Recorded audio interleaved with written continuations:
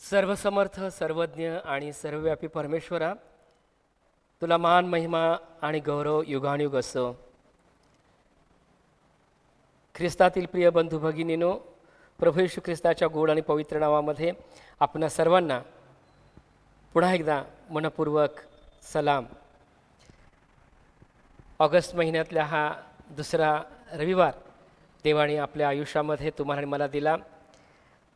चांगलं वातावरण आम्हाला लाभू दिलं, उत्तम आरोग्य आम्हाला लाभू दिलं आणि पुन्हा एकदा या ऑनलाईनच्या द्वारे कुटुंब या नात्यानं या लौकिक उपासनेच्या माध्यमातून ऑनलाईनच्या द्वारे आयोजित होत असलेल्या या उपासनेमध्ये सहभागी होण्यासाठी देवानं सहाय्य केलं, देवाने शक्ती पुरवली, देवाने आरोग्य दिलं. याबद्दल आपण देवाला धन्यवाद देऊया. स्तोत्र करता स्तोत्र 100 म्हणतो, अहो पृथ्वीवरील सर्व लोक हो, परमेश्वराचा जय जयकार करा. हर्षाने परमेश्वराची सेवा करा. गीत गात त्याच्या पुढे या.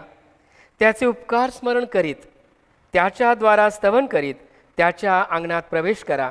त्याचे उपकार स्मरण करा, त्याच्या नावाचा धन्यवाद करा. कारण परमेश्वर चांगला आहे, त्याची दया सनातन आहे आणि त्याची सत्यता पिढ्यानपिढ्या टिकते. आपण प्रार्थना करूया. अनादि अनंत परमेश्वरा, दयेच्या आणि कृपेच्या सागरा, प्रभू येशू ख्रिस्ताच्या द्वारे आमच्या उद्धारक देव बापा, पुन्हा एकदा आम्हा सर्वांना तुझ्या पवित्र चरणाजवळ येण्याची संधी दिलीस, तुझे आभार मानतो. संपूर्ण आठवडाभर तू आमच्याबरोबर राहिलास. अडचणीच्या प्रसंगी प्रभू तू आमचं सहाय्य केलंस. आमच्या आजारपणामध्ये, आमच्या अनेक प्रकारच्या कठीण प्रसंगातून आमची वाटचाल यशप्रद व्हावी, आनंदाची व्हावी म्हणून तुझी कृपा, तुझा अनुग्रह आणि तुझा उत्तम आशीर्वाद तू आम्हाला दिलास. याबद्दल आम्ही तुझे आभार मानतो. आम्ही तुला धन्यवाद देतो. प्रेमळ प्रभू, आज तुझ्या पवित्र चरणाजवळ येत असताना आम्ही स्वतःचं मन, तन आणि संपूर्ण जीवन तुझ्या चरणाजवळ एकाग्र करत आहोत. आमच्या मनाचा, बुद्धीचा तू ताबा घे प्रभू, आणि या संपूर्ण उपासनेमध्ये आम्ही आत्म्यानं खरेपणाने तुझी उपासना करावी म्हणून तू आमचं सहाय्य कर. तुझं वचन ऐकत असताना आम्हा सर्वांना आज्ञा पालनाचा आत्मा दे. आमची तोंड उघड म्हणजे आम्ही तुझी स्तुती आराधना करण्यासाठी प्रभू तुझ्या चरणाजवळ आनंदाने येऊ. आम्ही सर्वजण स्वतःला तुझ्या चरणाजवळ समर्पित करतो. येशू आमचा प्रभू याच्याद्वारे मागतो म्हणून तो ऐक. आमेन. यावेळेस आपण उपाससंगीतातून गीत नंबर 111, येशूचे नाम गोड फार दिनांना लागते, हे गीत यावेळेस आपण गाऊया. येशूचे नाम गोड फार दिनांना लागते.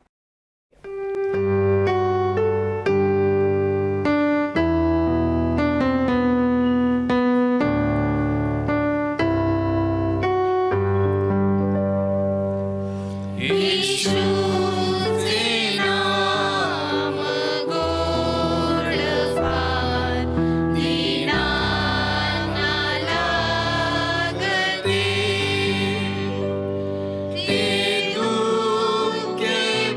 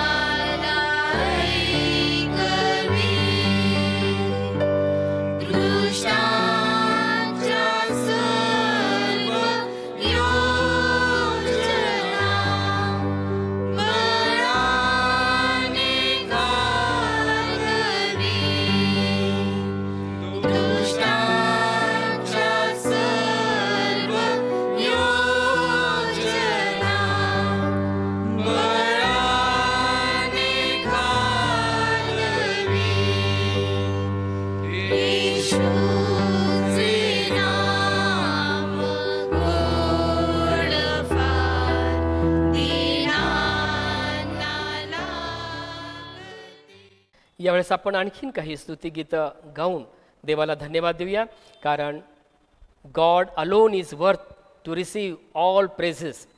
परमेश्वर एकमेव देव आहे की जो स्तुती आणि आराधनेस पात्र आहे, आणि म्हणून त्या देवाची स्तुती आराधना आणखीन काही गीतं गाऊन आपण करूया. Hallelujah. Hallelujah. Praise the Lord. देवाला स्तुती असो, मान महिमा व गौरव त्या देवाला असो. आशा आहे की आपण प्रभूमध्ये सर्वजण आनंदी व निरोगी आहात. देवाला धन्यवाद असो. तर चला आपण सर्वजण मिळून त्याची कीर्ती वर्णूया, त्याच्या नावाला मान महिमा देऊयात आणि आपण गीते गाऊन त्याच्या आराधनेमध्ये जाऊयात.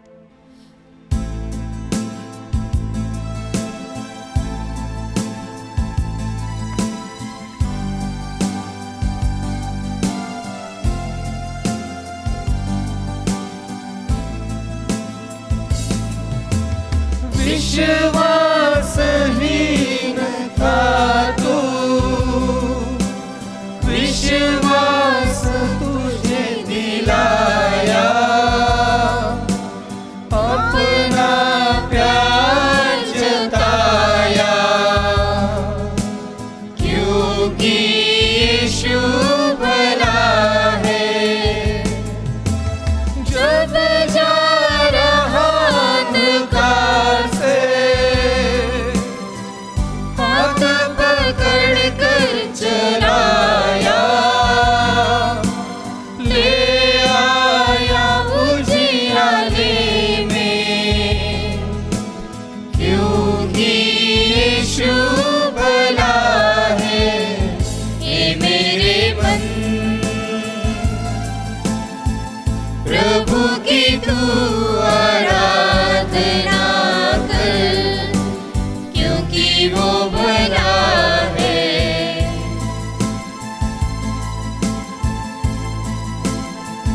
हे मेरे मन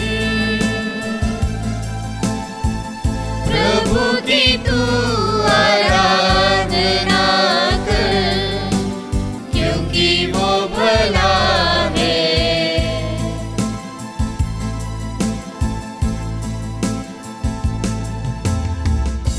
हालेलुया. हालेलुया.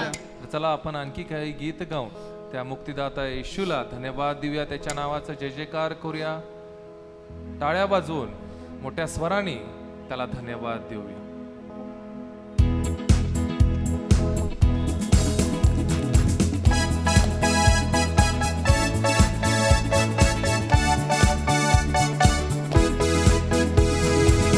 मुक्ति दिलाए यीशु नाम, शांति दिलाए यीशु नाम, मुक्ति दिलाए यीशु नाम, शांति दिलाए यीशु नाम. यीशु दया का बहता सागर, यीशु दया का बहता सागर, यीशु है दाता महान, यीशु है दाता महान. मुक्ति दिलाए यीशु नाम, शांति दिलाए यीशु नाम, मुक्ति दिलाए यीशु नाम, शांति दिलाए यीशु नाम. हम पर भी यीशु कृपा करना, हम पर भी यीशु कृपा करना, हम है पापी नादान, हम है पापी नादान.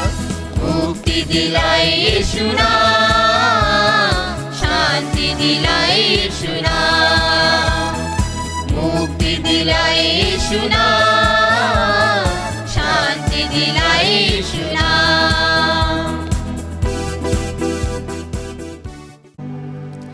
हालेलुया. हालेलुया.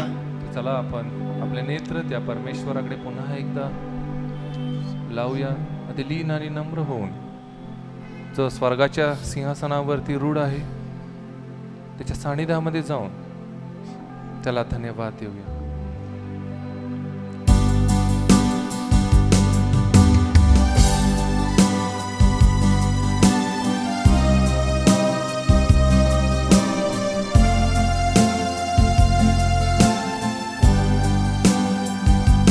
मेरा बने तेरा सिंहासन, मेरी आत्मा तेरा आसन, मेरा दिल बने तेरा सिंहासन, मेरी आत्मा तेरा आसन, मेरे मन में तू हो विराजमान, यीशु मेरे तू है बड़ा महान, मेरे मन में तू हो विराजमान, यीशु मेरे तू है बड़ा महान, यीशुआ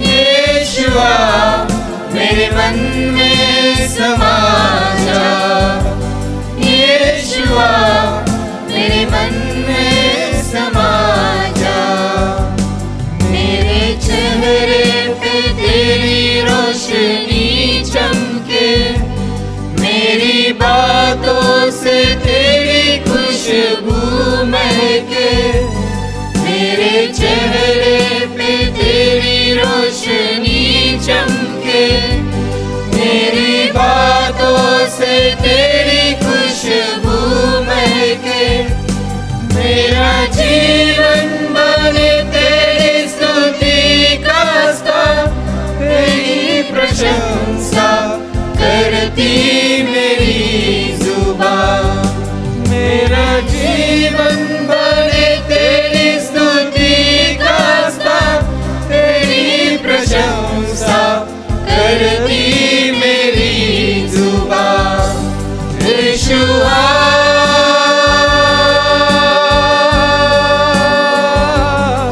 यीशुआ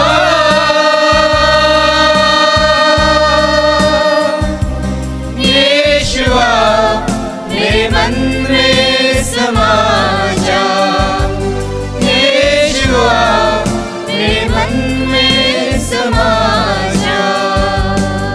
धन्यवाद धन्यवाद धन्यवाद देतो प्रभू येशू राजा. खरोखर प्रभू तुम्ही आमच्या सिंहासनाच्या मनाच्या सिंहासनावरती रूढ आहात म्हणून तुमचे आभार मानतो प्रभू येशू राजा. आमचं जीवन प्रभू तुम्ही धन्य बनवलेलं आहे प्रभू. खरोखर प्रभू येशू राजा दावीद राजाप्रमाणे आम्हीही म्हणतो प्रभू तुम्ही आमचा उच्च दुर्ग आहात प्रभू येशू राजा. धन्यवाद देतो प्रभू. आमच्या जीवनात घडणाऱ्या प्रत्येक गोष्टी तुम्ही जाणता प्रभू. आमचं जीवन तुम्ही जाणता प्रभू येशू राजा. आमचं जीवन आशीर्वादित केल्याबद्दल तुमचे आभार मानतो प्रभू. धन्यवाद देतो प्रभू तुमच्या प्रीतीबद्दल कृपेबद्दल प्रभू येशू राजा. धन्यवाद देतो प्रभू. प्रभू हा स्तुती आराधनेचा यज्ञ तुम्ही मान्य असा तुम्ही करून घ्या प्रभू. येणारं वचन प्रभू आम्हा प्रत्येकाच्या आध्यात्मिक वाढीसाठी प्रभू तुम्ही आशीर्वादच करा अशी प्रार्थना करीतो प्रभू. धन्यता आणणारा प्रभू येशू ख्रिस्त यांच्या पवित्र आणि गोड नावाने प्रार्थना करीतो म्हणून तुम्ही ऐका पित्या. आमेन.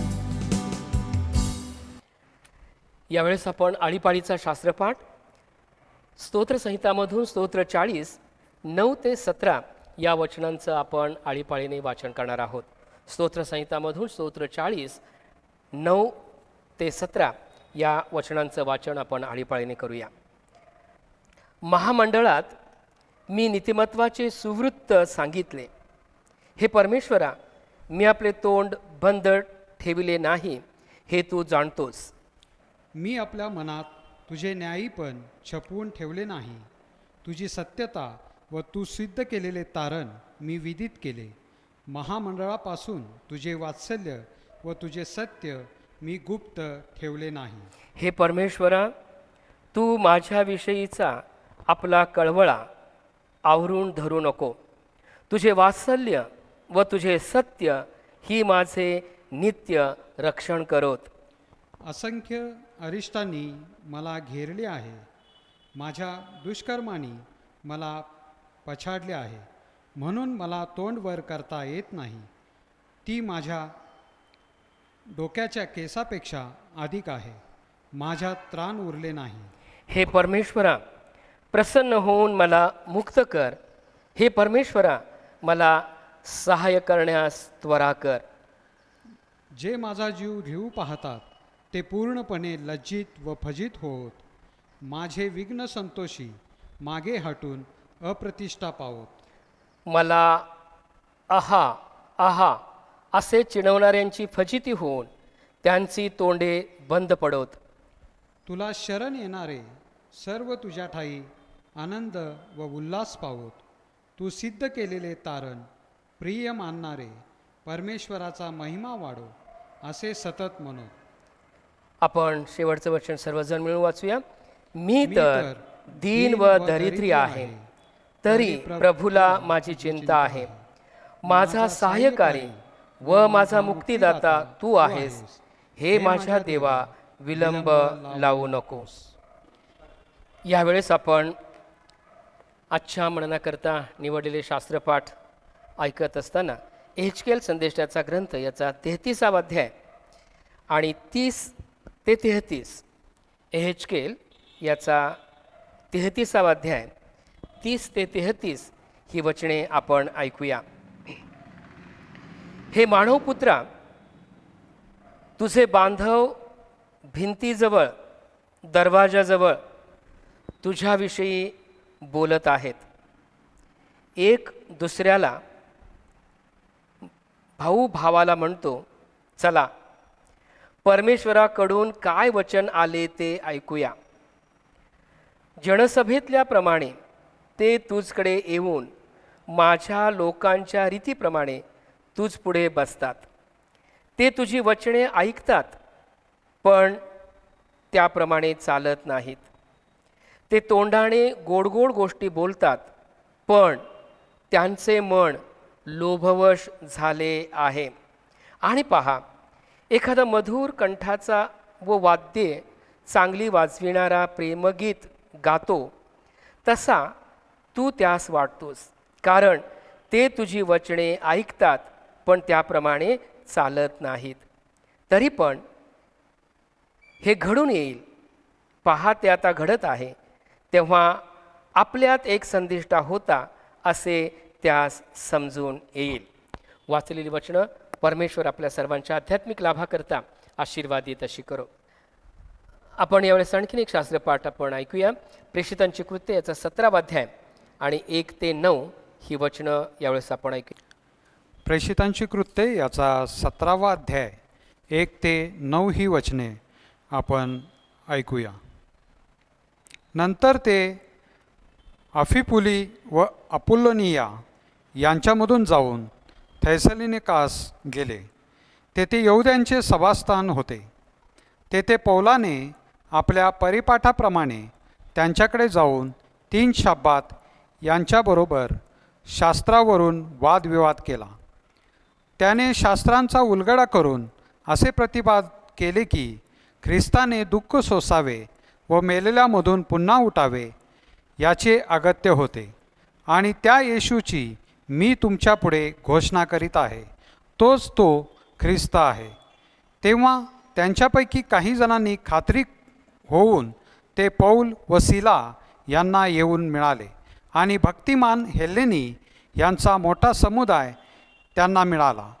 त्यात प्रमुख स्त्रिया काही थोड्या नव्हत्या, परंतु यहुद्यांनी हेव्याने आपणाबरोबर बाजाराचे काही गुंड लोक घेऊन व घोळका जमवून नगरात घबराट निर्माण केला आणि यासोनाच्या घरावर हल्ला करून त्यांना लोकांकडे बाहेर काढून आणण्याची खटपट करून पाहिली, परंतु त्याचा शोध लागला नाही. तेव्हा त्यांनी यासोनाला व कित्येक बंधूंना नगराच्या अधिकाऱ्याकडे ओढीत नेऊन आरडाओरड करीत म्हटले, ज्यांनी जगाची उलटापालट केली ते येथेही आले आहेत. त्यास यासोनाने आपल्या घरात घेतले आहे आणि हे सर्वजण कैसराच्या हुकुमाविरुद्ध वागतात, म्हणजे येशू म्हणून दुसरा कोणी राजा आहे असे म्हणतात. हे ऐकून त्यांनी लोकास व शहराच्या अधिकाऱ्यास खवळून सोडले. मग त्यांनी यासोनाच्या व इतरांचा जामीन घेऊन त्यांना सोडून दिले. ही वाचलेली वचने आपल्याला देवबाप आपल्या आध्यात्मिक लाभाची अशी करो. शुभवर्तमान ऐकण्याच्या अगोदर आपण लीन नम्र अंतकरणाने देवाकडे जाऊया आणि आपण सर्वजण मिळून म्हणूया.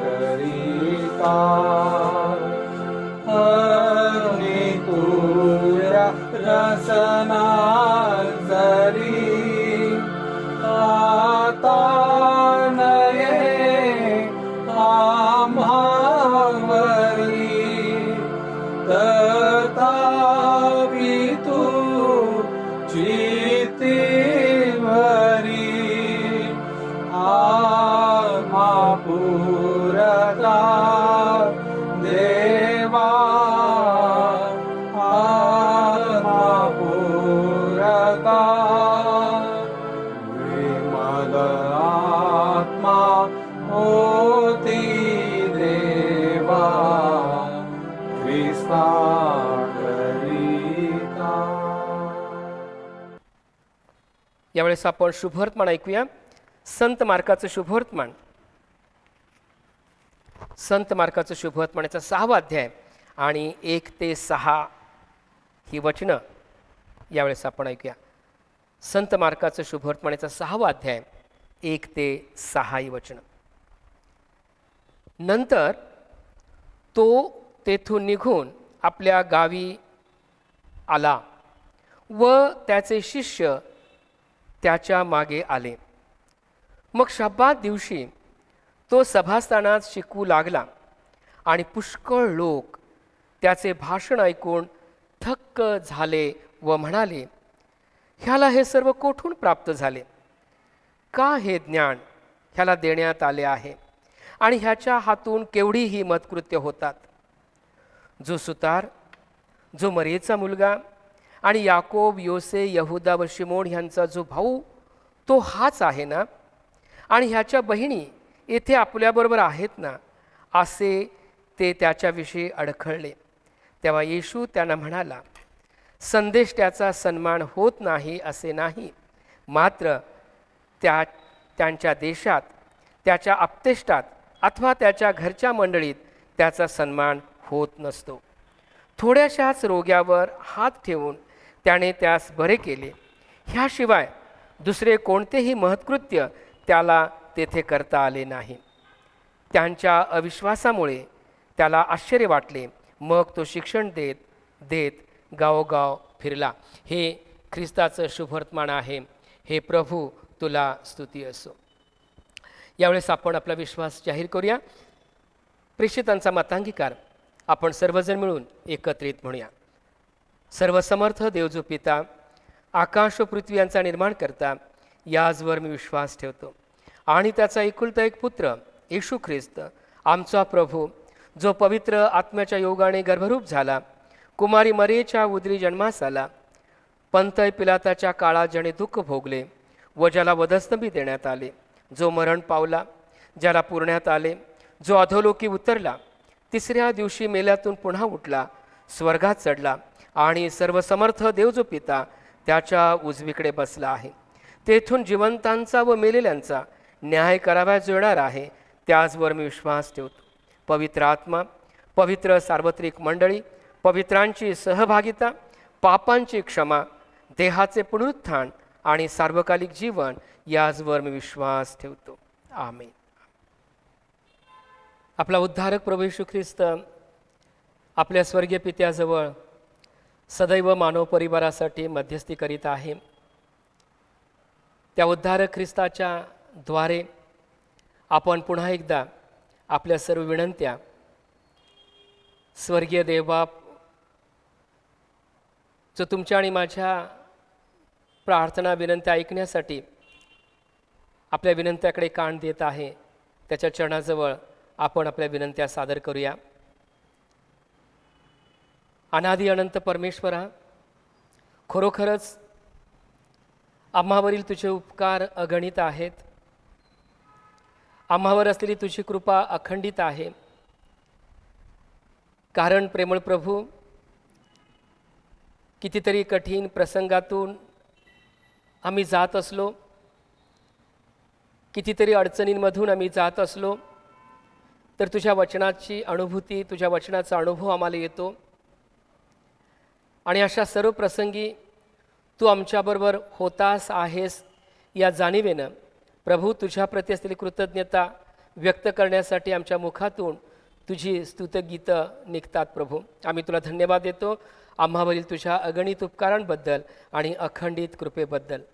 आजचा हा दिवस आमच्या आयुष्याला तू लाभू दिलास म्हणून आम्ही तुला धन्यवाद देतो. प्रभू, आम्ही या परिस्थितीमध्ये दीन, दुःखी, कष्टी, आजारी अशा सर्वांची प्रभू आम्ही पुन्हा एकदा आठवण करतो. प्रेमळ परमेश्वरा, आशांच्या भेटीसाठी, आशांच्या सहाय्यासाठी, आशांच्या मदतीसाठी जेव्हा तू स्वर्गातून हात पुढे करतोस त्यावेळेस प्रभू आम्हीसुद्धा आमची बांधिलकी तुझ्यामधील जपत प्रभू त्या दृष्टीनं आम्ही आमचं उत्तम योगदान द्यावं म्हणून आम्हा सर्वांचं विशेष रीतीनं तू सहाय्य कर. ज्या ज्या ठिकाणी प्रेमळ परमेश्वरा पुरामुळं उद्भवलेल्या संकटामध्ये त्या लोकांसाठी पुनर्वसनाचं काम सुरू आहे, त्यासाठी आम्ही विशेष प्रार्थना करत आहोत. त्याचप्रमाणे प्रभू दुःखी परिवारांसाठी मी प्रार्थना करत आहोत. आज रोजी आजारी असलेल्या सर्वांसाठी आम्ही प्रार्थना करत आहोत. तुझ्या दयेचा, कृपेचा स्पर्श त्यांना होऊ दे प्रभू. आणि त्या सर्वांना सर्व प्रकारच्या आजारातून, बंधनातून, सर्व प्रकारच्या अडचणीतून त्यांना तू मुक्त कर. आणि तू जो आमचा आरोग्याचा दाता आहेस त्या तुझ्या ठाई असलेलं आरोग्य त्यांना या क्षणाला प्राप्त होऊ दे प्रभू. आम्ही कुटुंबियातील सर्व प्रियजनांची आठवण करतो. प्रभू, कुटुंबियांमध्ये प्रत्येकाचा रोल, प्रत्येकाची भूमिका ही वेगळी असते आणि दैनंदिन जीवनामध्ये आपली भूमिका पार पडत असताना प्रभू आमच्या मंडळीतील, आमच्या समाजातील आणि संपूर्ण समाजातील लोकांसाठी, प्रियजनांसाठी आम्ही मध्यस्थी करतो. प्रभू, आपल्या हातचं नेमून दिलेलं काम करत असताना प्रत्येकाला तुझं स्वर्गीय बळ तू दे, उत्तम आरोग्य त्यांना लाभू दे. गृहिणींसाठी, माता भगिनींसाठी प्रार्थना करतो प्रभू, त्यांनाही तुझ्या सर्व प्रकारचा अनुग्रह आशीर्वाद त्यांना तू दे प्रभू. विशेष करून प्रभू 10वी आणि 12वीच्या मुलांसाठी आम्ही विशेष प्रार्थना करत आहोत.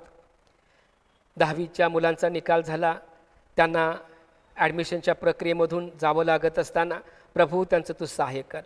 12वीच्या परीक्षेमध्ये उत्तीर्ण झालेल्या सर्व मुलामुलींसाठी आम्ही तुझे आभार मानतो, तुला धन्यवाद देतो. त्यांच्या जीवनामध्ये प्रभू त्यांच्या करिअरला सुरुवात होत असताना आम्ही त्यांना तुझ्या पवित्र चरणाजवळ आणत आहोत प्रभू.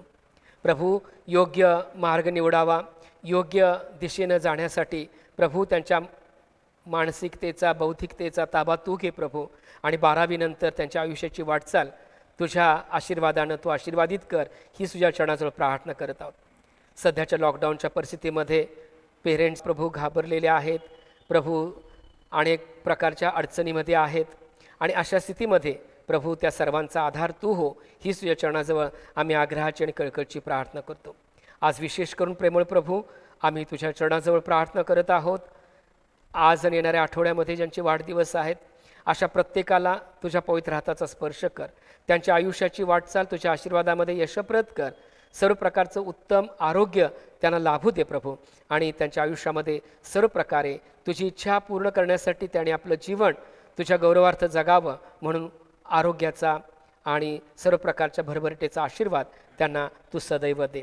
विशेष करून धर्मप्रांतातील मंडळ्या, सर्व आचार्य या सर्वांची आम्ही आठवण करतो. दया आणि कृपा कर. या कठीण काळामध्ये तुझी सेवा करणाऱ्या सर्व सेवकांना तुझा अनुग्रह आशीर्वाद दे, अशी आमच्या चरणाजवळ आग्रहाची आणि कळकळीची प्रार्थना करतो. पुन्हा एकदा आम्ही सर्वजण तुझ्या पवित्र चरणाजवळ येतो. आमच्या अशक्तपणामध्ये आम्हाला तुझा अनुग्रह आशीर्वाद दे. येशू आमचा प्रभू याच्याद्वारे मागतो म्हणून तू ऐक.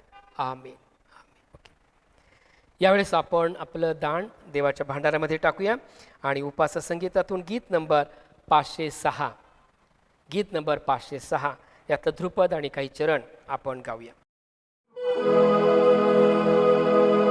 तन मन धन प्रभु तव चरणी, तन मन धन प्रभु तव चरणी, सकल तुझे तुझी दिलेसी, सकल तुझे तुझी दिलेसी, अघटित तव चरणी, तन मन धन प्रभु तव चरणी, माझे हे ते मीच मिळविले, माझे हे ते मीच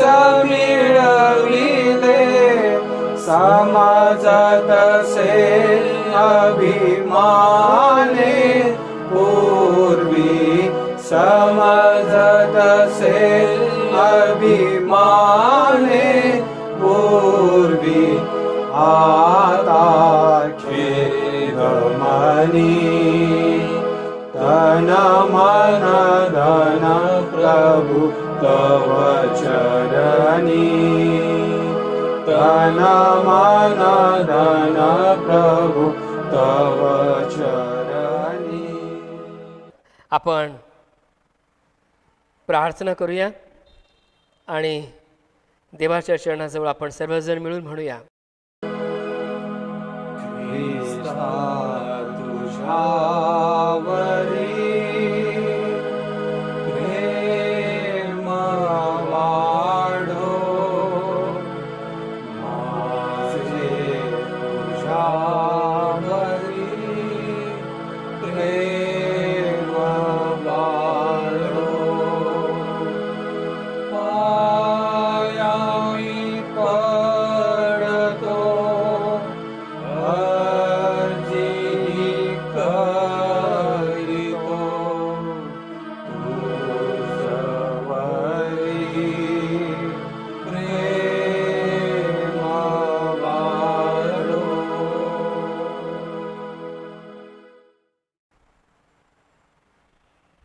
सर्वसमर्थ सेनाधीश परमेश्वरा, तुझं सेवक या नात्यानं तुझ्या पवित्र वचनातून बोलत असताना मला तुझ्यापासून मिळणारं ज्ञान आणि तुझी इच्छा जाणणारं ज्ञान प्रभू तू दे, आणि तुझे लोक तुझी लेकरं या नात्यानं ऐकणाऱ्या प्रत्येकाला सुज्ञतेचा आणि आज्ञापालनाचा आत्मा दे. उद्धारक प्रभू येशू ख्रिस्त त्याच्या गोड आणि प्रेमाने प्रार्थना विनंती केली म्हणून तू ऐक. आमेन. प्रियजन हो, आज आपण पुन्हा एकदा या उपासनेच्या माध्यमातून देवाच्या पवित्र चरणाजवळ एकत्र जमलो आहोत. आणि खरोखरच परिस्थिती कितीही निराशजनक असो, कितीही बिकट असो, परंतु उपासनेच्या माध्यमातून देवाच्या चरणाजवळ येण्याचा आनंद हा खरोखरच विश्वासार्हाच्या जीवनामध्ये विलक्षणीय असतो. आपण सर्व काही विसरून नव्या उमेदीनं, नव्या आशेनं आपण देवाच्या चरणाजवळ येतो आणि त्याच्या उपासनेच्याद्वारे प्राप्त होणारं सामर्थ्य याची प्रचिती आम्हाला येते. आज जे शास्त्रपाठ आपण ऐकलेले आहेत किंवा आपल्यासाठी ज्या शास्त्रपाठांचं वाचन करण्यात आलेलं आहे, ते शास्त्रपाठ काळजीपूर्वक ऐकल्यानंतर निश्चितच आपल्या मनामध्ये आजचा विषय स्पष्ट होतो. कारण स्तोत्र 40 आणि 9 ते 17 या वचनामधून एक विचार आपल्या मनामध्ये येतो, तो असा, कारण हे स्तोत्रकर्ता दावीद जो देवाचा अभिषिक्त आहे आणि आपल्या सर्वांना ठाऊक आहे की त्या दावीद राजाचा स्वभाव कसा आहे. तो तुमच्या आणि माझ्यासारखा माणूस होता आणि बऱ्याच वेळेला त्याच्या हातून गंभीर अशा चुका झाल्या, अपराध झाले, त्यानं पाप केलं.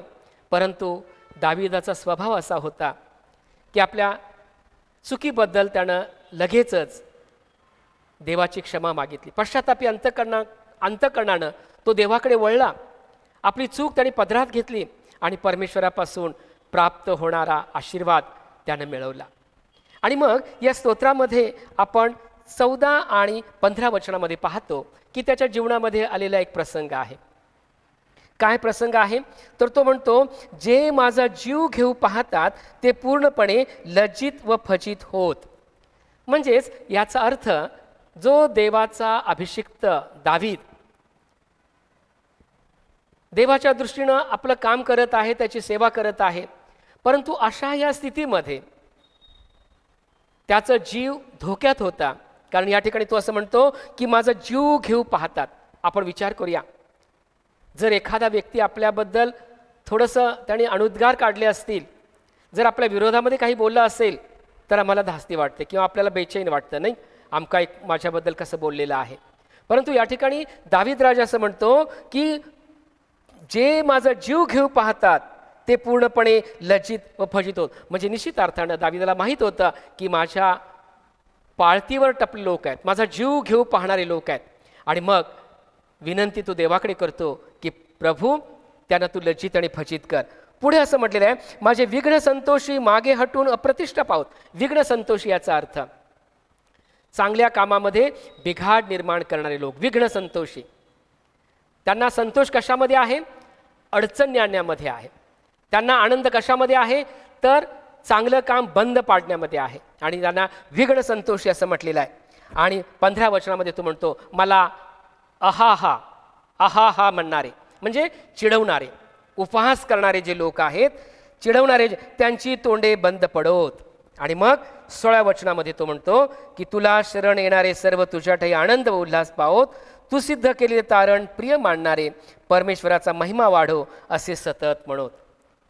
बघा, स्तोत्रकर्ता दावीद जो देवाचा अभिषिक्त आहे आणि तो देवाच्या दृष्टीनं देवाची सेवा करत असताना, आपल्या हातचं काम करत असताना लोक त्याचा जीव घेऊ पाहत आहेत, त्याच्यावर अरिष्ट आणू पाहत आहेत, त्याच्या मार्गामध्ये अडखळ निर्माण करण्याचा प्रयत्न करत. आजचा विचार काय आहे? संदेशाचा विषय काय आहे? तर या ठिकाणी असं म्हटलंय, very reception given to the messengers of God. देवापासून आलेले त्याचे जे लोक आहेत, देवाचा संदेश सांगणारे जे मेसेंजर्स आहेत, त्यांना देवाच्या लोकांनी कसा स्वीकार केलेला आहे, कोणकोणत्या मार्गाने त्यांचा अपमान केलेला आहे, किती वाईट प्रकारे त्यांना ट्रीटमेंट दिलेली आहे. या ठिकाणी आपण दाविदाच्या उदाहरणामध्ये पाहिल्यानंतर आपल्या सगळ्यांना ठाऊक आहे की इब्री लोकास पत्र याचा 1 अध्याय आणि 1 वचन आपल्या सगळ्यांना पाठ आहे. इब्री लोकास पत्र याचा 1 अध्याय आणि 1 वचन या ठिकाणी असं सांगतं, देव प्राचीन काळी अंशांनी व प्रकारांनी संदेशांच्याद्वारे आपल्या पूर्वजांशी बोलला. देव प्राचीन काळी अंशांनी आणि प्रकारांनी संदेश त्यांच्याद्वारे आपल्या पूर्वजांशी बोलला. आणि 2 वचनाचा अभाग, तो ह्या काळाच्या शेवटी पुत्राच्या द्वारे आपल्याशी बोलला आहे. जो अज्ञात देव आहे, जो प्रभू येशू ख्रिस्ताच्या द्वारे आम्हाला प्रगट झाला, परंतु संदेशांच्या काळामध्ये जो अज्ञात होता, त्या देवाची इच्छा, त्या देवाचा संदेश त्यांनी आम्हाला व्यक्त केला. आणि मग आपण या ठिकाणी पाहतो एहेजकेलाचा ग्रंथ, एहेजकेल संदेशाचा ग्रंथ याचा 33वा अध्याय आणि 30 ते 33 ही वचनं आपण ऐकलेली आहेत. जसं इब्री लोकाच्या पत्रामध्ये म्हटलेलं आहे की देव संदेशांच्याद्वारे आमच्याशी बोलला. पहिल्या भागामध्ये एहेजकेलाच्या ग्रंथामध्ये आपण पाहतो की जसं दाविदाच्या जीवनामध्ये लोकांनी दावीद हा जो देवाचा अभिषिक्त होता, त्याला अडचणीत आणण्याचा प्रयत्न केला, ते त्याचा जीव घेऊ पाहत होते. अगदी तसाच प्रकार एहेजकेल संदेश त्यांच्या जीवनामध्ये सुद्धा घडल्याचं या 33व्या अध्यायामध्ये आम्हाला दिसून येतं. आपण 30 ते 33 वचनं वाचली, परंतु त्याचा पूर्वार्ध जर आपण बघितला तर आपल्या लक्षात येतं की हे लोक कुठे आहेत? इस्रायल लोक हे बंदिवासामध्ये आहेत. आणि त्यांच्या जीवनामध्ये हा बंदिवास का आला? तर देवाच्या दृष्टीने त्यांनी अपराध केले, देवाच्या दृष्टीने त्यांनी पातक केलं आणि देवाच्या योजनेप्रमाणे ते बंदिवासात गेले. परंतु या परिस्थितीमध्ये असताना देवाची इच्छा समजून न घेता ते देवाचं वचन ज्या संदेशांच्याद्वारे त्यांच्यापर्यंत येत होतं त्या वचनाची अवहेलना किंवा त्या संदेशांची अवहेलना देवाचे लोक, निवडले लोक कसे करत होते या संबंधीचा वृत्तांत आपण या शास्त्रपाठामध्ये वाचतो. आपण 33व्या अध्यायामध्ये जर बघितलं तर 2 गोष्टी आपल्या लक्षात येतात की आध्यात्मिक जीवनामध्ये आपण जगत असताना कधी कधी आम्हाला असं वाटतं की माझं जीवन ख्रिस्ताशी अटॅच झालेलं आहे. I am attach with God, मी देवाशी अटॅच झालेलो आहे. परंतु आपल्या जीवनामध्ये असे प्रसंग येतात, आमच्या जीवनामध्ये अशा काही घटना घडतात की आम्हाला वाटतं की ते प्रसंग आणि घडणाऱ्या गोष्टी तुम्हाला आणि मला ख्रिस्तापासून डिटॅच करणाऱ्या आहेत. आणि हाच शास्त्रपाठ 33वा अध्याय एहेजकेलाच्या 33व्या अध्यायामध्ये संदेष्टा लोकांना सांगत आहे. काय सांगत आहे? तर मी यातील काही वचनांकडे आपलं लक्ष वेधू इच्छितो. बघा 33वा अध्याय एहेजकेलाचा 33वा अध्याय आणि 13 वचनामध्ये, मी कोणा धार्मिकास म्हणालो की तू खास वाचशील. बघा आपण धार्मिक आहोत कारण प्रभू येशू ख्रिस्तावर विश्वास ठेवून देवानं तुम्हाला आणि मला नीतिमान असं जाहीर केलेलं आहे. आणि म्हणून देवाचं वचन आम्हाला म्हणतं, मी कोणा धार्मिकास म्हणालो की तू खास वाचशील. आणि त्याने आपल्या धार्मिकतेवर भिस्त ठेवून दुष्कर्म केले. मी नीतिमान आहे, मी धार्मिक आहे कारण देवानं ख्रिस्तावर विश्वासाच्या द्वारे मला नीतिमान आणि धार्मिक जाहीर केलेलं आहे. आणि मग त्या धार्मिकतेवर भिस्त ठेवून, बघा त्या धार्मिकतेवर भिस्त ठेवून जर मी दुष्कर्म केले, माझी भिस्त धार्मिकतेवर आहे, परंतु मी विश्वासामध्ये if I am being detached from God, मी देवापासून डिटॅच झालो, अटॅच न राहता डिटॅच झालो आणि मी जर दुष्कर्म केले तर त्याची सर्व धार्मिकता जमेस धरण्यात येणार नाही. बघा देवाचं वचन स्पष्ट सांगतं, त्याची धार्मिकता जमेस धरण्यात येणार. त्याने केलेल्या दुष्कर्मामुळे तो मरेलच. त्याने केलेला दुष्कर्म, जो धार्मिक त्याला घोषित केलेला आहे, नीतिमान त्याला घोषित केलेला आहे आणि या धार्मिकतेवर भिस्त ठेवून त्यानं जर दुष्कर्म केलं तर तो मरणारच. या ठिकाणी मरणार हा शब्द अशा जसं आपण योहान 3:16 त्याचा नाश होणं हा शब्द प्रयोग या ठिकाणी, नाश होणं, मरण या शब्दाचा अर्थ या ठिकाणी त्याचा नाश होणार आहे. परंतु जो विश्वासामध्ये देवाशी अटॅच राहतो त्याबद्दल काय म्हटलेलं आहे बघा, तसेच मी कोणा दुर्जनास म्हणालो की तू मरशीलच. स्तोत्र 1 आपण वाचतो नीतिमान आणि अनितिमान यांचा भेद स्तोत्रकर्ता स्तोत्र 1 आपल्याला स्पष्ट करतो. गॉडली अँड अनगॉडली, जे देवावर विश्वास ठेवतात त्यांना गॉडली पीपल असं म्हटलेलं आहे, संबोधण्यात आलेलं आहे. आणि ungodly, who are the ungodly people? Those who do not believe. आणि मग या ठिकाणी असं म्हटलेलं आहे, तसेच मी कोणा दुर्जनास म्हणालो की तू मरशीलच आणि तो आपल्या पापांच्या मार्गावरून फिरून नीती व न्याय आचरील. अनितिमान आहे परंतु तो प्रभूमध्ये विश्वासामध्ये आला आणि विश्वासामध्ये आल्यानंतर तो काय करू लागला? मार्गावरून फिरून नीती व न्याय आचरण करू लागला. विश्वासाच्या द्वारे नीतीचं आणि न्यायाचं आचरण करू लागला. तर 15 वचनामध्ये असं म्हटलंय, तो दुर्जन गहाण परत करेल, हरण केलेले परत देईल आणि काही एक अधर्म न करता जीवनाच्या नियमाप्रमाणे चालेल तर तो जगेलच असं म्हटलेलं आहे. जो धार्मिकतेवर भिस्त ठेवून दुष्कर्म करतो तो मरेल, त्याचा नाश होईल. परंतु जो पापी जो अनितिमान जो आहे तो नीती व न्याय आचरील. जो दुर्जन गहाण परत करील, हरण केलेले परत देईल आणि काही एक अधर्म न करता जीवनाच्या नियमाप्रमाणे चालेल तो जगेलच, मरावयाचा नाही. प्रियजन हो, या ठिकाणी संदेष्टा देवाच्या लोकांना म्हणजेच निवडलेल्या लोकांना जाहीरपणे हे प्रगट आहेत. आणि याच बॅकग्राऊंडवरती 30 ते 33 या वचनामध्ये एचकेल संदेष्टाला त्या लोकांचं ज्यांच्यासाठी तो देवाचं वचन सांगत होता त्यांचं कुपित काय आहे, त्यांच्या मनामध्ये काय आहे ते तो प्रगट करत आहे. ते वचन कसं ऐकतात, परंतु त्यांच्या मनामध्ये काय आहे यासंबंधी 30 ते 33 या वचनामध्ये आपण वाचतो. या ठिकाणी असं म्हटलेलं आहे बघा, हे मानवपुत्रा, तुझे बांधव भिंतीजवळ दरवाजाजवळ तुझ्याविषयी बोलत आहे. एचकेलला हे कळत नव्हतं, कारण हे लोक संदेशांच्या घरामध्ये का गेले होते. कारण जसं आताच्या काळामध्ये मंदिर बंद आहे आणि आपण देवाच्या मंदिरामध्ये येऊ शकत नाही, परंतु आज या ऑनलाईन भक्तीच्या माध्यमातून डिजिटलच्या माध्यमातून आपण घरात बसून देवाची उपासना करत आहोत. अगदी तत्कालीन समाजामध्ये आपण पाहत होतो की हे लोक त्यांच्यासाठी मंदिर बंद होतं, बंदिवासात होते, सभास्थान त्यांच्यासाठी बंद होतं, म्हणजे ते तिथं नव्हते. आणि म्हणून ते लोक संदेशांच्या घरामध्ये देवाचं वचन ऐकण्यासाठी एकत्र जमत होते. आपण या ठिकाणी पाहतो की परमेश्वर संदेश त्यांच्याद्वारे बोलत असताना याच एचकेलच्या ग्रंथामध्ये 8वा अध्याय आणि 1ल्या वचनामध्ये आपण वाचतो, 6व्या वर्षाच्या 6व्या महिन्याच्या पंचमीस असे झाले की मी आपल्या घरी बसलो होतो व यहूदाचे वडील मजबरोबर बसले होते. तेव्हा तेथे प्रभू परमेश्वराचा वरदहस्त मजवर आला. म्हणजे संदेशाच्या घरामध्ये हे संदेश वचन ऐकण्यासाठी येणारे लोक होते. आणि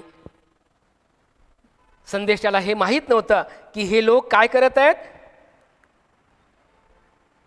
माझ्याबद्दल बोलत आहेत. परंतु देवानं संदेशाला हे प्रगट केलं आणि देवाचं वचन संदेशाला काय म्हणतं, तुझे बांधव भिंतीजवळ दरवाजाजवळ तुझ्याविषयी बोलत आहेत.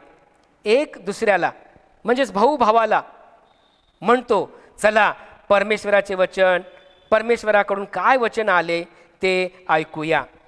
आणि पुढचा शब्द आहे, जनसभेतल्या प्रमाणे ते तुझकडे येऊन माझ्या लोकांच्या रीतीप्रमाणे तुझ पुढे बसतात. ते तुझी वचने ऐकतात पण त्याप्रमाणे चालत नाहीत. संदेष्टा देवाचं वचन सांगत होता, परंतु ऐकणाऱ्या लोकांमध्ये ते येऊन बसत होते. काही लोक आज्ञापालनाच्या आत्म्याने ऐकत होते, परंतु काही लोक मात्र ऐकण्याचं सोंग घेऊन, ज्याला आपण प्रिटेंडिंग नेचर, ढोंगीपणानं ते संदेशाचं वचन ऐकण्यासाठी येत होते. आणि मग या ठिकाणी मी थोडंसं कॉमेंट्री वाचत असताना एक कॉमेंटेटर या संबंधीचं स्पष्टीकरण करत असताना म्हणतो, बघा, दे वर इन कॅप्टिव्हिटी, ते बंदिवासामध्ये होते, अंडर डिव्हाइन रिब्युक्स, त्यांच्या पापाचं प्रायश्चित होतं. ते बंदिवासात होते कारण देवाबद्दल त्यांनी दुष्कर्म केलं, देवाविरुद्ध पाप केलं आणि म्हणून देवाने त्यांना पारक्यांच्या स्वाधीन केलं. They were in captivity under divine rebukes and yet were not reformed by them. परंतु त्यांच्यामध्ये सुधारणा काहीच झाली नाही. संकट, दुःख तुम्हाला मला काहीतरी शिकवतं, परंतु देवाच्या निवडलेल्या लोकांना याच्यातून त्यांनी धडा घ्यावा अशी देवाची इच्छा होती, अपेक्षा होती, परंतु त्यांच्यामध्ये सुधारणा झाली. आणि अशाही स्थितीमध्ये ते संदेशाचं वचन ऐकण्यासाठी आलेले आहेत, परंतु ते कसं ऐकत होते, त्यांचा दोष काय होता. त्यांचा दोष हा होता की ते अशा समजामध्ये होते, अशा अंडरस्टँडिंगमध्ये ते होते की ते काय करतात हे संदेशाला कळत नाही. परंतु संदेशाला देव प्रगट करतो ते त्यांना समजत नव्हते.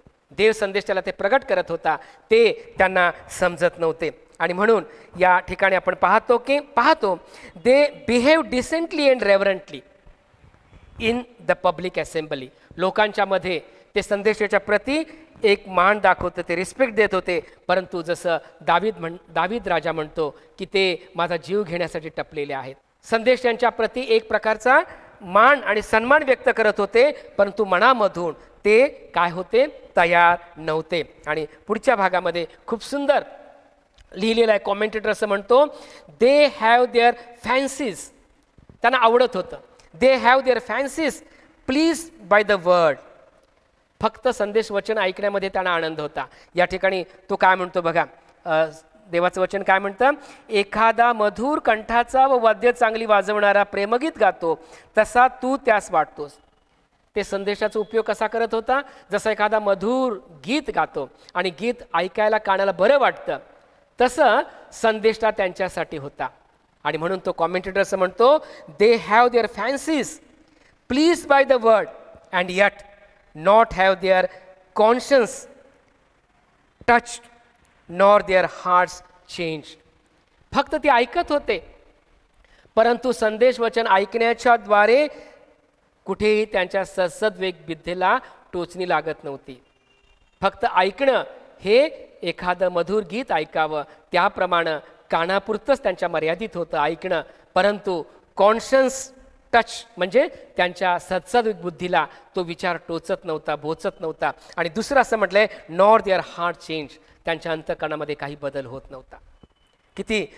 आणि पुढच्या भागामध्ये तो म्हणतो, द इचिंग इयर ग्रॅटिफाईड, ऐकून त्यांचे कान तृप्त होत होते. The itching ear gratified and yet not corrupt nature sanctified. त्यांचे कान तृप्त होते ऐकून, होत होते ऐकून, परंतु या ठिकाणी असं म्हटलेलं आहे, करप्ट नेचर, त्यांचं जे भ्रष्ट स्वभाव होता तो मात्र या ठिकाणी सँक्टिफाईड, शुद्ध होत नव्हता. कारण देवाचं वचन कशासाठी आहे, आम्हाला आमचं करप्ट म्हणजेच भ्रष्ट जो स्वभाव आहे त्यामध्ये सुधारणा व्हावी, आमची डागाळलेली प्रतिमा शुद्ध व्हावी, यासाठी देवाचं वचन आहे. पण ते तिथंपर्यंत पोहोचत नव्हतं आणि त्यांचं करप्ट नेचर सँक्टिफाय होण्याच्या ऐवजी फक्त एखादा मधुर गीत गातो त्याप्रमाणे संदेश वचन ते ऐकून घेऊन माना डोलवत होते. आणि या ठिकाणी आपण पाहतो की 32व्या वचनामध्ये असं म्हटलेलं आहे, 32व्या वचनामध्ये असं म्हटलं, आणि पहा एखादा मधुर कंठाचा व वाद्य चांगली वाजवणारा प्रेमगीत गातो तसा तू त्यास वाटतोस, कारण ते तुझी वचने ऐकतात पण त्याप्रमाणे चालत नाहीत. प्रियजन हो, कारण का, तर त्या पुढच्या भागामध्ये म्हटलेलं आहे, चालत नाहीत ते तोंडाने गोड गोष्टी बोलतात पण त्यांचे मन लोभवश झालेले आहे. पहिला शब्द या ठिकाणी, त्यांचं मन लोभवश झालेलं आहे. कारण देवाचं वचन ज्या संदेशांच्याद्वारे येतं आणि संदेशा जेव्हा देवाचं वचन सांगतो त्यावेळेस त्या संदेशाच्या बद्दल आणि देवाच्या वचनाबद्दल एक प्रकारचा वीट त्यांच्या मनामध्ये निर्माण होतो आणि मग त्यांचा लोभ, त्यांच्या मनामध्ये असलेला लोभ या गोष्टीपासून त्यांना, देवाचं वचन ऐकण्यापासून त्यांना परावृत्त करतो. प्रियजन हो, आपण आपल्या सर्वांना ठाऊक आहे की देवाचं जे वचन आहे ते ऐकत असताना बऱ्याच वेळेला आपल्या जीवनामध्ये कुठे आपण देवाशी अटॅच न राहताना डिटॅच होण्याची शक्यता असते. बघा, मी मुद्दाम हे 2 शब्द वापरतो. मी देवाशी अटॅच होत असताना कोणत्या गोष्टींच्या द्वारे मला देवापासून डिटॅच होण्याची माझ्या जीवनामध्ये वेळ येते, आणि तो घटक म्हणजे लोभ आहे. इंग्लिशमध्ये या ठिकाणी असं म्हटलेलं आहे, for flattery is on their lips but their hearts is on their gain. Gain याचा अर्थ स्वतःचा फायदा, काहीतरी मला मिळतं आणि ते जे मिळत आहे त्यावर जास्त कॉन्सन्ट्रेशन जेव्हा मी करतो त्यावेळेस देव आणि देवाच्या वचनाला मी काय करतो, फाटा देतो. प्रियजन हो, आज तुमच्या आणि माझ्या जीवनामध्ये आपण विचार करूया, मोठ्या गोष्टीमध्ये आपण जर लोभ टाळत असू, परंतु हा लोभ जो आहे हा अगदी साध्या गोष्टीतून आपल्या जीवनामध्ये तुम्हाला आणि मला देवापासून डिटॅच करण्यासाठी यशस्वी होतो. साधा लोभ आहे की जो लोभ तुम्हाला आणि मला देवाचं वचन आणि देवाचं वचन सांगणाऱ्यांच्याबद्दल एक प्रकारचा वीट आपल्या मनामध्ये निर्माण करतो.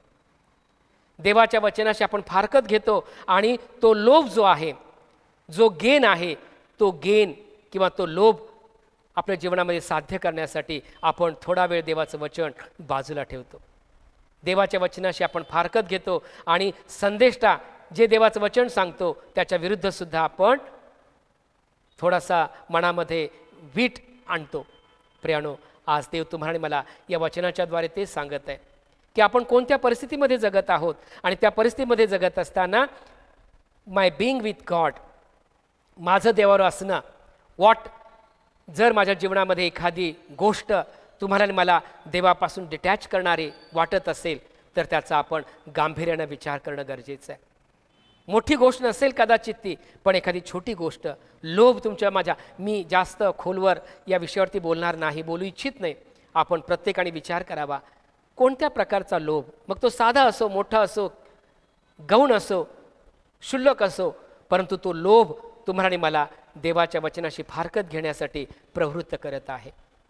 आणि मग याच बॅकग्राऊंडमध्ये जेव्हा आपण प्रेषितांची कृत्ये या अध्यायाकडे आपण वळतो आणि त्या ठिकाणी आपण पाहतो की जसं संदेशांच्या बाबतीमध्ये लोकांनी संदेशांना अडचणीत आणणं, देवाच्या वचनाकडे दुर्लक्ष करून संदेशांचा सुद्धा घात करण्याचा लोकांनी प्रयत्न केला, तसंच प्रेषितांच्या काळामध्ये सुद्धा घडलं. आपण प्रेषितांच्या कडं जाण्याच्या अगोदर आपण प्रभू येशू ख्रिस्ताच्या जीवनाकडे आपण वळण्याचा पण प्रयत्न करूया. आणि आपण संत मार्कुस शुभवर्तमानाचा 6वा अध्याय, मार्कुस शुभवर्तमानाचा 6वा अध्याय आणि 6 या वचनांकडे जेव्हा आपण पाहतो त्यावेळेस आपल्या लक्षात येतं की बघा, इब्री लोकाच्या पत्रामध्ये म्हटलेलं आहे की देव प्राचीन काळी अंश आणि प्रकारे संदेशाने बोलला, आणि दुसऱ्या वचनातला अभाग तो या काळाच्या शेवटी आपल्या पुत्राशी बोललेला. या ठिकाणी असं म्हटलं, या काळाच्या शेवटी पुत्राच्या द्वारे तो आपल्याशी बोललेला आहे. आणि मग काय अडखळ नाही की येशू ख्रिस्त या भूतलावर देवाची इच्छा आणि देवाच्या द्वारे प्राप्त होणारा संदेश लोकांना सांगत असताना लोक त्याच्या संबंधानं अडखळले. जसे यहेजकेलाच्या बाबतीमध्ये अडखळले, तसंच या ठिकाणी स्वतः येशू ख्रिस्त देवाचा संदेश आणि देवाची वाणी, देवाची इच्छा आणि योजना लोकांना सांगत असताना बघा त्याचे जवळचे लोक त्याच्या संबंधी अडखळले. आणि 3ऱ्या वचनामध्ये आपण पाहतो की जो सुतार, जो मरियेचा मुलगा आणि याकोब, योसे, यहुदा व शिमोन ह्यांचा जो भाऊ तोच हा आहे ना. म्हणजे येशू ख्रिस्ताला त्यांनी गृहीत धरलं. आमच्यामध्ये असलेल्या माणसाला काय ज्ञान आहे, ज्याचे भाऊ बहीण आमच्याबरोबर आहेत त्यामध्ये हे वेगळं पण काय आहे. म्हणजे संदेष्टांबद्दल जसे लोक अडखळले तसे स्वतः देवाच्या पुत्राबद्दल अडखळले. आणि मग या ठिकाणी असं म्हटलेलं आहे, असे ते त्याच्याविषयी अडखळले. आणि मग येशू ख्रिस्त स्वतः म्हणतो, तेव्हा येशू त्यांना म्हणाला, संदेश त्यांचा सन्मान होत नाही असे नाही. कारण अनेक इतर भागामध्ये येशू ख्रिस्ताला त्यांनी ओळखलं, येशू ख्रिस्ताच्या ठाई असलेलं सामर्थ्य त्यांनी अनुभवलं आणि हा देवाचा एकुलता एक पुत्र आहे अशी साक्ष इतरांनी दिली. परंतु ज्या गावामध्ये तो वाढला, ज्यांच्या समवेत तो वाढला, त्या लोकांनी मात्र त्याच्यावर विश्वास दाखवला. आणि म्हणून तो म्हणतो, संदेश त्यांचा सन्मान होत नाही असे नाही, मात्र त्याच्या देशात, त्याच्या आपतेष्टात अथवा त्याच्या घरच्या मंडळीत त्याचा सन्मान होत नसतो. आणि याच कारणास्तव ते लोक त्याच्या संबंधी अडखळले आणि म्हणून त्या भागामध्ये जास्त महत्कृत्य आणि चिन्ह चमत्कार येशूनं केले नाहीत.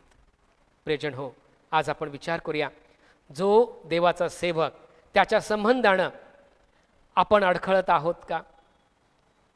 आपण बऱ्याच वेळेला ज्या गोष्टी ऐकायला पाहिजेत, ज्या गोष्टीप्रमाणे स्वतःमध्ये सुधारणा करायला पाहिजे, ज्या गोष्टी संबंधानं देवाचं वचन लागू करायला पाहिजे, त्याकडे आपण लक्ष अधिक न देता आपण अशा गोष्टींकडे लक्ष देतो की जी तुमच्या आणि माझ्या जीवनामध्ये अडखळ निर्माण करणार आहेत.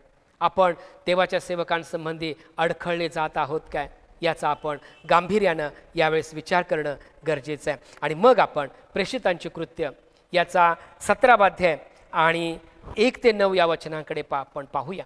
येशू ख्रिस्तानंतर प्रेषितांनी देवाच्या वचनाचा प्रचार करण्यासाठी, शुभवर्तमानाचा प्रचार करण्यासाठी या ठिकाणी बघा स्ट्रॅटेजी आखलेली आहे.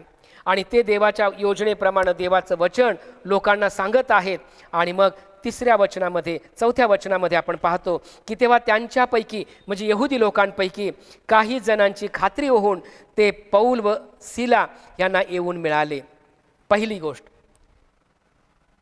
हे लोक यहुदी आहेत आणि यहुदी लोकांना पटलेलं आहे. पौल आणि सिला आणि इतर प्रेषितांची साक्ष त्यांनी ऐकलेली आहे. शुभवर्तमान त्यांना कळलेलं आहे आणि त्यांनी प्रभू येशू ख्रिस्ताचा स्वीकार केलेला आहे. आणि पौल व सिला यांना येऊन मिळाले आणि भक्तिमान हेल्लेनी यांचा मोठा समुदाय त्यांना मिळाला. यहुदी लोक पौल आणि सिला यांचं ऐकून ते शुभवर्तमानाकडे वळले. आणि त्याचबरोबर या ठिकाणी आपण पाहतो की हेल्लेनी हा एक मोठा समाज, भक्तिमान हेल्लेनी त्यांचा मोठा समुदाय त्यांना मिळाला. आणि मग या ठिकाणी 5व्या वचनामध्ये असं म्हटलेलं आहे, परंतु यहुद्यांनी हेव्याने आपणाबरोबर बाजाराचे काही गुंड लोक घेऊन व घोळका जमवून नगरात घबराट निर्माण केला आणि यासोनाच्या घरावर हल्ला करून त्याला लोकांकडे बाहेर काढून आणण्याची खटपट करून पाहिली. म्हणजे जसं एहेजकेलाच्या बाबतीमध्ये आपण पाहतो की ते लोक लोभवश झाले आणि त्या लोभामुळं त्यांनी देवाचं वचन ऐकलं नाही आणि संदेश त्यांच्या घातपाताचा विचार त्याने आपल्या मनामध्ये आणला.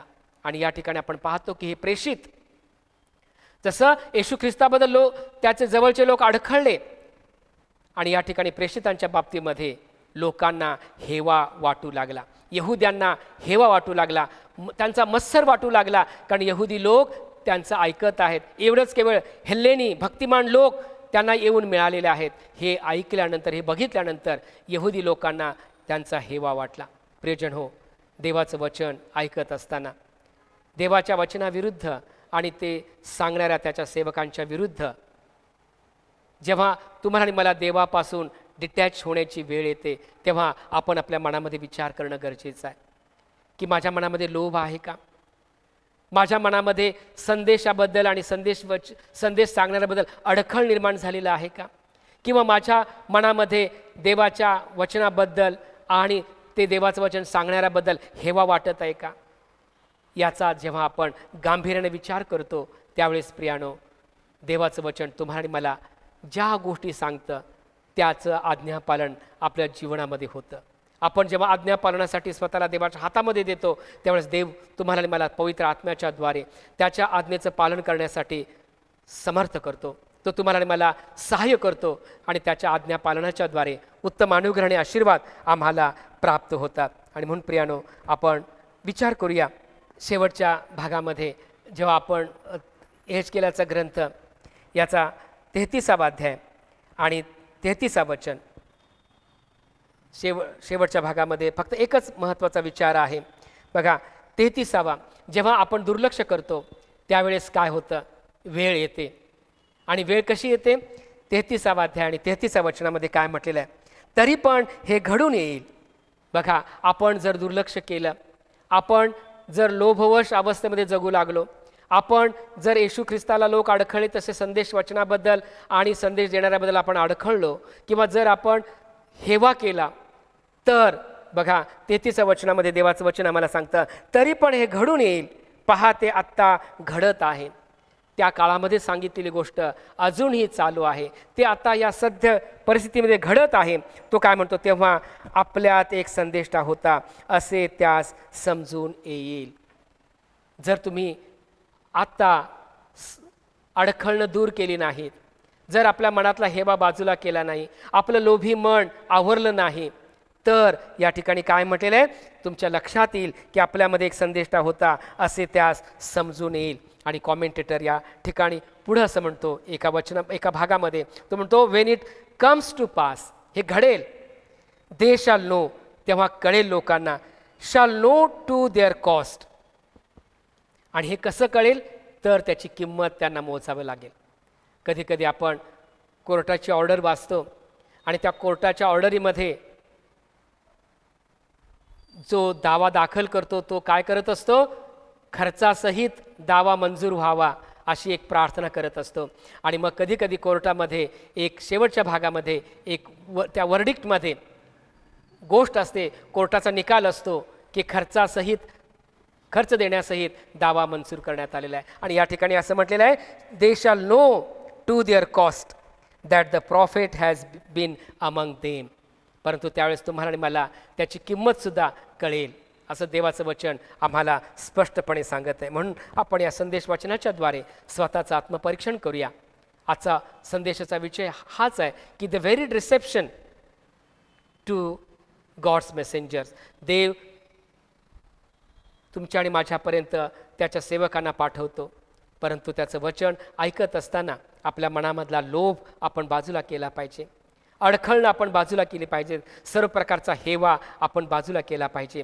तरच आपण देवाशी आणि देवाच्या सेवकांशी आपण प्रामाणिकपणे राहून तुम्हाला आणि मला दिलेल्या आशीर्वादामध्ये जगू. प्रभू करो आणि या संदेश वचनाच्याद्वारे देव तुमचं आणि माझं सर्वांचं सहाय्य करो. शेवटी आपण आपल्या उद्धारक ख्रिस्ताने शिकवल्याप्रमाणे सर्वजण मिळून म्हणूया, हे आमच्या स्वर्गातील पित्या, तुझे नाव पवित्र मानले जाओ, तुझे राज्य येऊ, जसे स्वर्गात तसे पृथ्वीवरही तुझ्या इच्छेप्रमाणे हो. आमची रोजची भाकर आज आम्हास दे.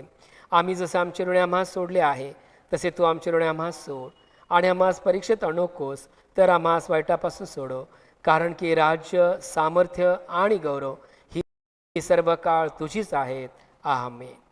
आणि आता मानवी बुद्धीचा अगम्य आणि अतर्क्य अशी देवाने देऊ केलेली शांती आपली मने आणि आपले अंतःकरणे ख्रिस्त येशूमध्ये राखो.